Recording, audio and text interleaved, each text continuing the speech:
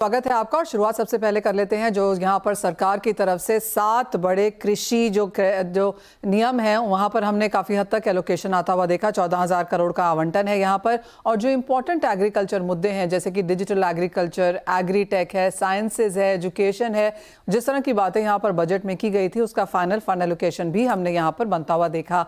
इन सब पर बात करने के लिए हमारे साथ India chamber of food and agriculture के चेयरमैन डॉक्टर MJ खान हैं। साथ ही साथ जुड़ेंगे केडिया एडवाइजरी के डायरेक्टर अजय केडिया और LKP सिक्योरिटीज के VP हमारे साथ हैं जतिन त्रिवेदी। मिस्टर खान, आपसे पहले शुरुआत करना चाहेंगे और आप कैसे देखते हैं, क्योंकि कैबिनेट की तरफ से अब यहाँ पर मंजूरी है, लिप टू द कप जैसे कहा जाता है कि अब बात ये है कि कब ये आवंटन हो जाएगा और कब हम इसको एक्चुअली ऑन ग्राउंड एग्जीक्यूट होता हुआ भी देखेंगे। लेकिन अगर शुरुआत यहाँ पर की जाए तो इंपॉर्टेंट चीज़ें यहाँ पर ऑफ कोर्स डिजिटल एग्रीकल्चर है, क्रॉप साइंसेज है, एग्री एजुकेशन मैनेजमेंट है, जिस तरह का फंड एलोकेशन है। सबसे पहले तो यही जानना चाहेंगे कि आपको लगता है क्या वो पर्याप्त है?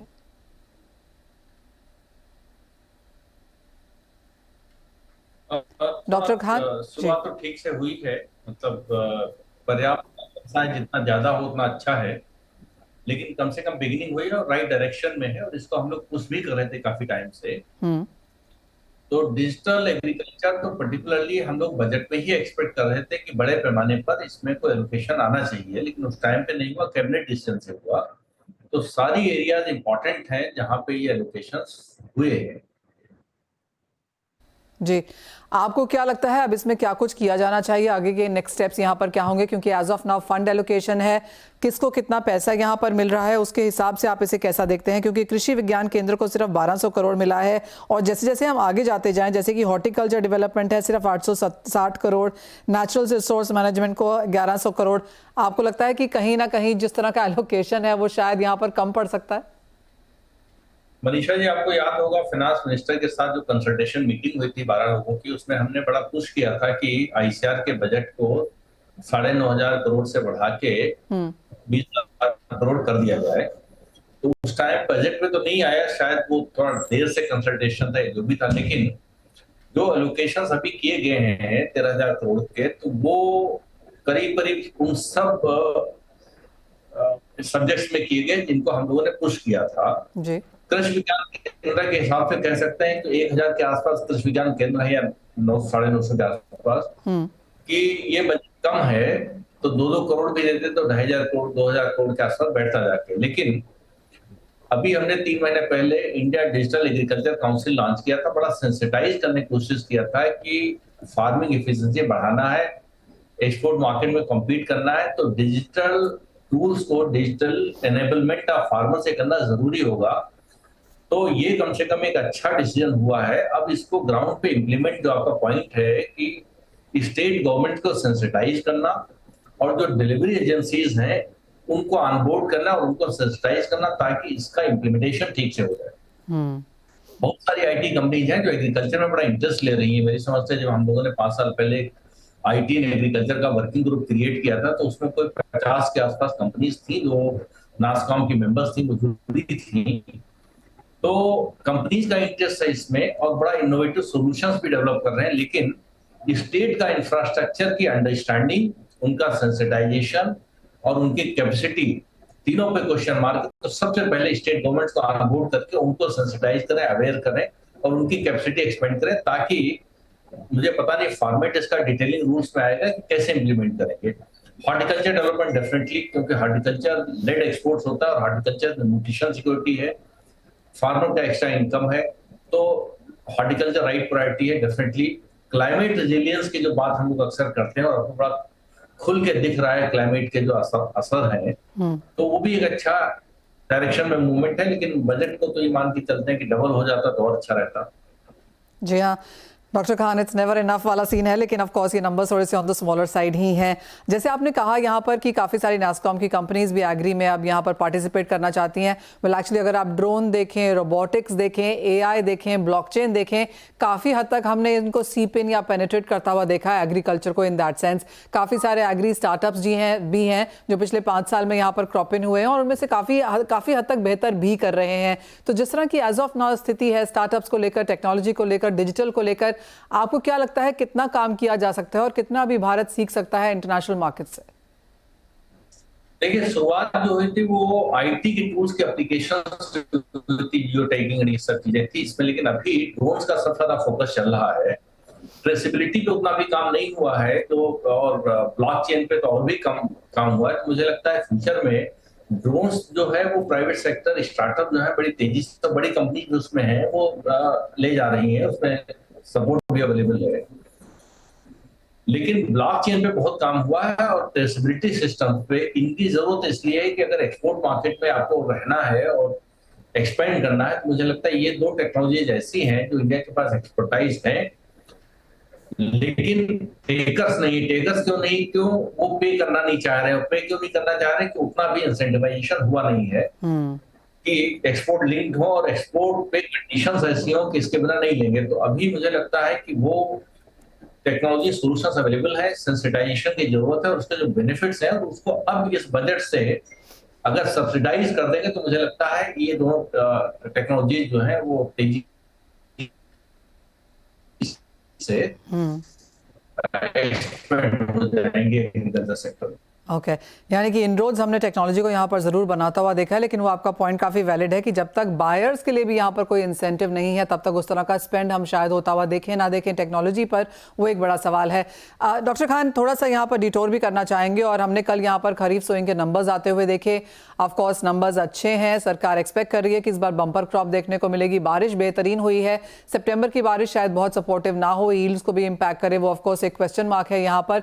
लेकिन ओवरऑल सोइंग के नंबर्स पिछले साल के मुकाबले ज़रूर यहाँ पर ज़्यादा हैं, लेकिन जिस तरह से सरकार ने वो टेबल बनाया है कि पिछले 6 साल, पिछले 10 साल से अगर हम इसे कंपेयर करें तो ऐसा बहुत ज़रूरी नहीं है कि सभी जगह लैंड बहुत बड़ा ही हो। देखिए, ज्यादा नंबर जो दिख रहा है वो पैडी के फेवर में दिख रहा है। लॉन्ग टर्म के अगेंस्ट पिछले साल से थोड़ा सा दलहन भी ठीक दिख रहा है, लेकिन अगर आप लॉन्ग टर्म से इसको जोड़ेंगे तो आपको दिखेगा कि दलहन और तिलहन में लॉन्ग टर्म के एवरेज के हिसाब से शायद इजाफा नहीं दिख रहा है। पिछले साल के मुकाबले तिलहन बहुत नहीं बढ़ता दिख रहा है और लॉन्ग टर्म के हिसाब से दलहन नहीं बढ़ता दिख रहा है। फिर भी पिछले साल के कंपैरिजन में थोड़ा बेहतरी है, लेकिन सबसे ज्यादा जो एरिया जा रहा है शिफ्ट होके वो जा रहा है पैडी में।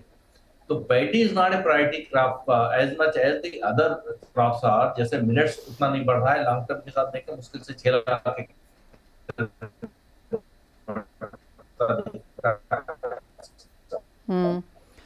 तो मिलेट पल्सेज हो गया साल के कंपैरिजन में, थोड़ा दलहन इंक्रीज ठीक सा दिख रहा है।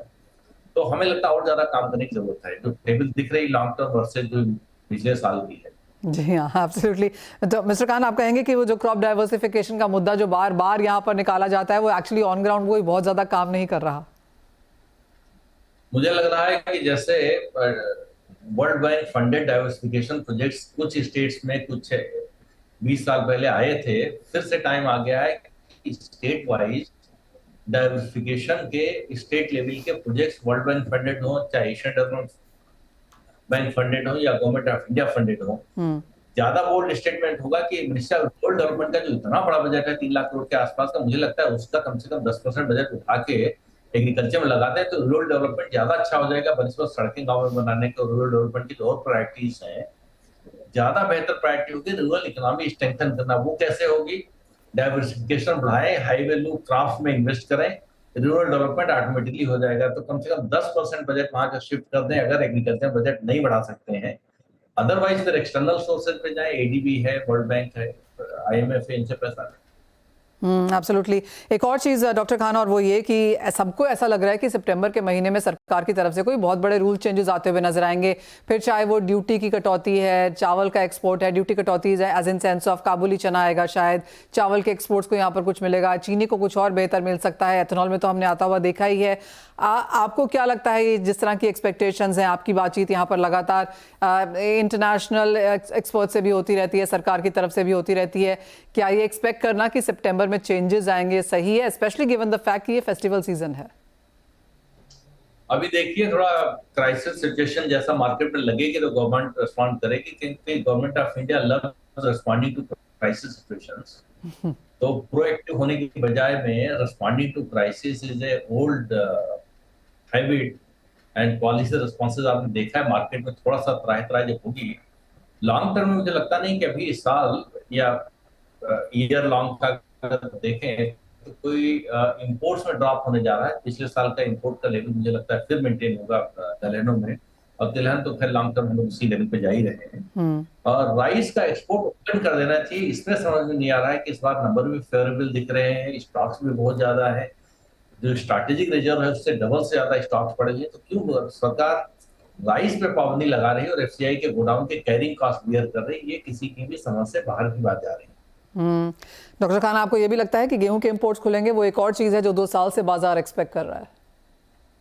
मुझे लगता है खुलना चाहिए, इसलिए कि स्ट्रैटेजिक जो बफर रिक्वायर्ड है उससे कहीं ऊपर स्टॉक्स चल रहे हैं, तो why to carry, pay for carry cost, and then वो वेस्टेज जो होगा